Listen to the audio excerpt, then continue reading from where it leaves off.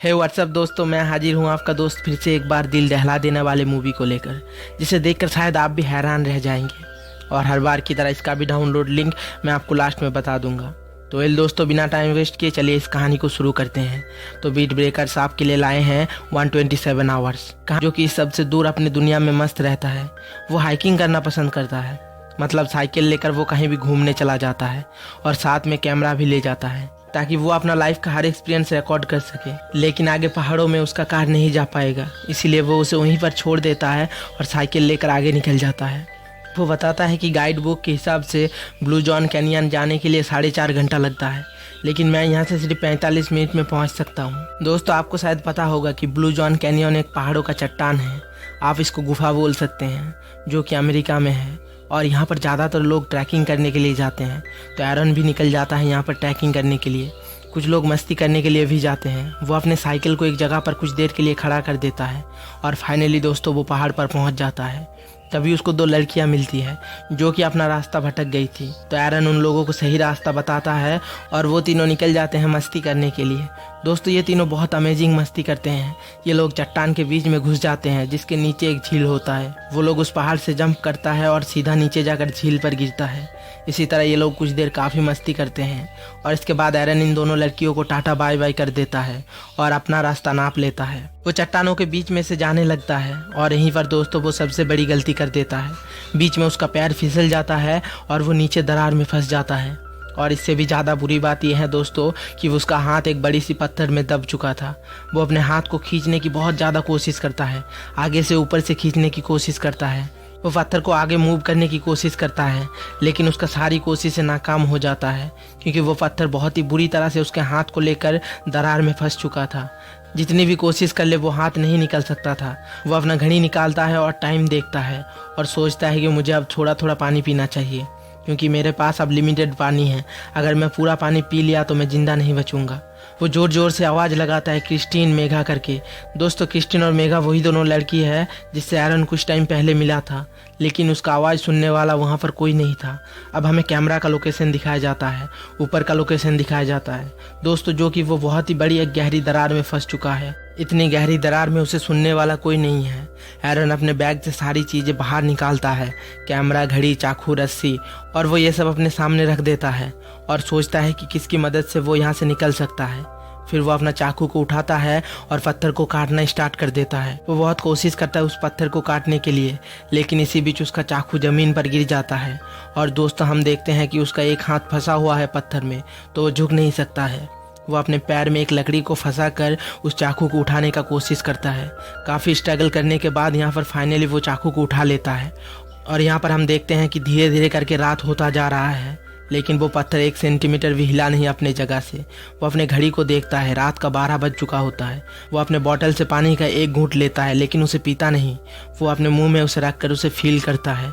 जब इंसान को बहुत ज़्यादा प्यास लगता है तो जैसा करता है कुछ इसी तरह वो कर रहा होता है और यहाँ पर हमें पता चलता है कि उसे कितना तेज प्यास लगा होता है। इसके बाद वो अपने बैग से वो रस्सी फिर से निकालता है और उस पत्थर में लटका के कुछ झूले की तरह बनाने का कोशिश करता है ताकि वो कुछ देर के लिए बैठकर उसमें सो सके।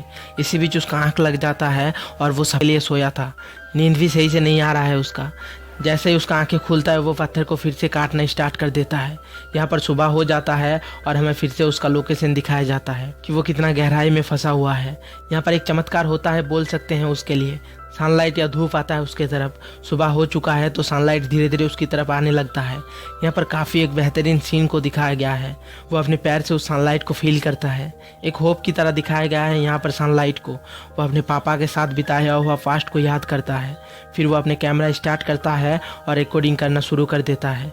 वो कहता है कि आज 27 अप्रैल है और 2003 का समय है। मेरा नाम एरन है और मैं यहाँ पर 24 घंटे से फंसा हुआ हूँ। यहाँ पर एरन सोचता है कि वो यहाँ से जिंदा नहीं बच पाएगा, इसलिए वो बोलता है कि जिसको भी ये कैमरा मिले प्लीज़ मेरे माँ। लेकिन तभी वहाँ पर ऊपर से कोई गुजरता है और एरन जोर जोर से चिल्लाने लगता है, please help me, please help me.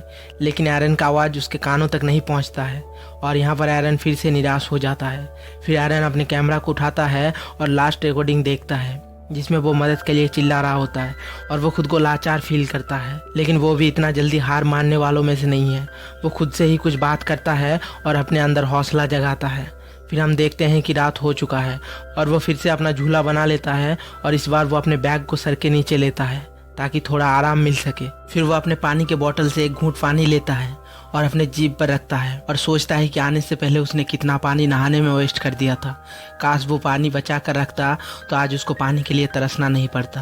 वो ये सब सोच ही रहा होता है, तभी उसका मॉम का भी ख्याल आता है। हाइकिंग में आने से पहले उसका मॉम ने कॉल किया था लेकिन उसने कॉल नहीं उठाया था। काश वो फ़ोन उठा लेता तो लास्ट टाइम उनसे बात हो जाता, तो वो काफ़ी ज़्यादा रिलैक्स फील करता। अब फिर से सुबह हो जाता है। इधर 24 घंटे से ऊपर हो जाता है।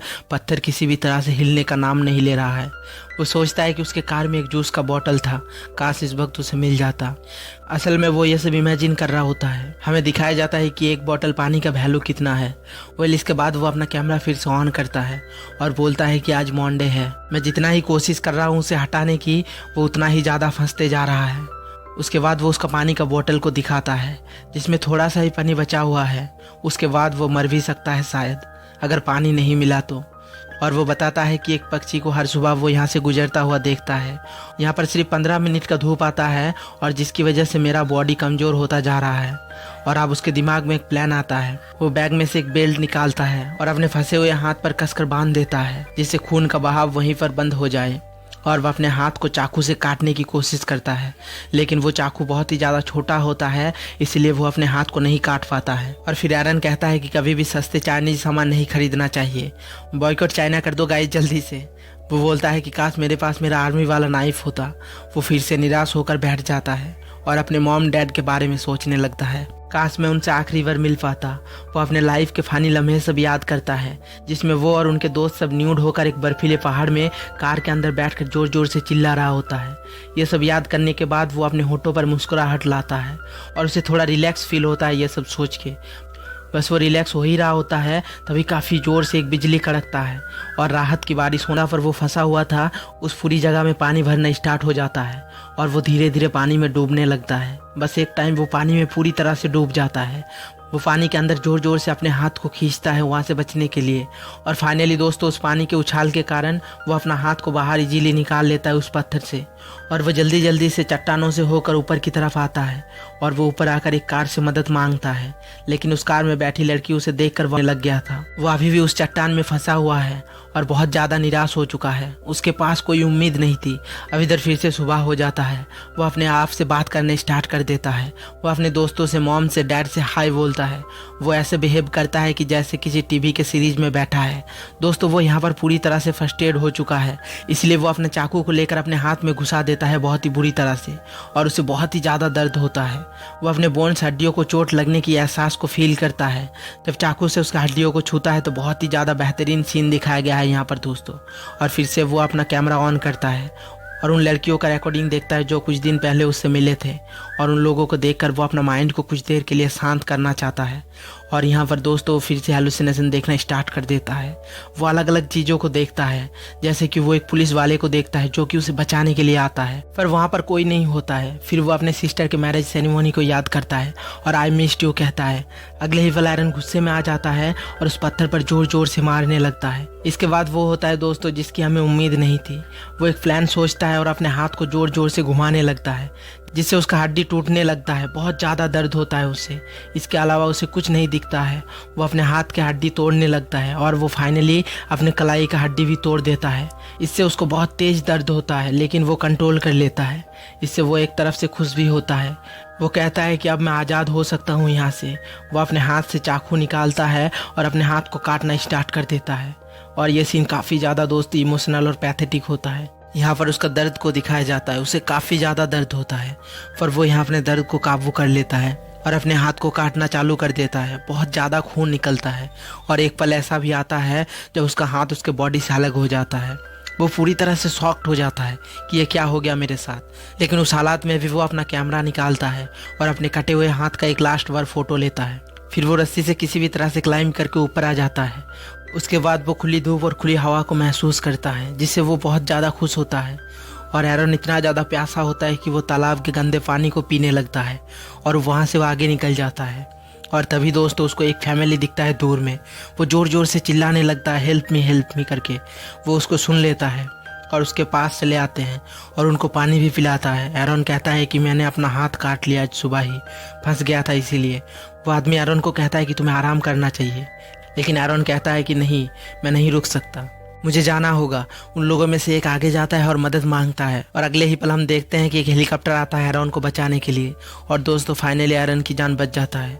दोस्तों ये एक सच्ची घटना पर आधारित फिल्म है और यहाँ पर लास्ट में हमें इस फिल्म के असली कैरेक्टर एरॉन और उसके फैमिली को दिखाता है और यहीं पर दोस्तों ये मूवी खत्म हो जाता है। तो दोस्तों अगर आपने यहाँ तक वीडियो देख लिए हैं तो प्लीज़ वीडियो को एक लाइक करके चैनल को सब्सक्राइब कर दीजिए और बेल नोटिफिकेशन ऑन कर दीजिए ताकि आगे का और अच्छा एक्सप्लेनेशन वीडियो आप तक पहुँच जाए। और अगर आपको इस मूवी का लिंक चाहिए तो आप मुझे इंस्टाग्राम पर डायरेक्ट मैसेज कर सकते हैं, नहीं तो मैंने अपना डिस्क्रिप्शन में टेलीग्राम ग्रुप का लिंक दे दिए हैं, आप वहां पर ज्वाइन होकर डायरेक्ट इस मूवी को डाउनलोड कर सकते हैं। और मेरा एक्सप्लेनेशन आपको कैसा लगा प्लीज़ कमेंट सेक्शन में ज़रूर बताइए। तो मिलते हैं नेक्स्ट वीडियो में, तब तक के लिए बाय।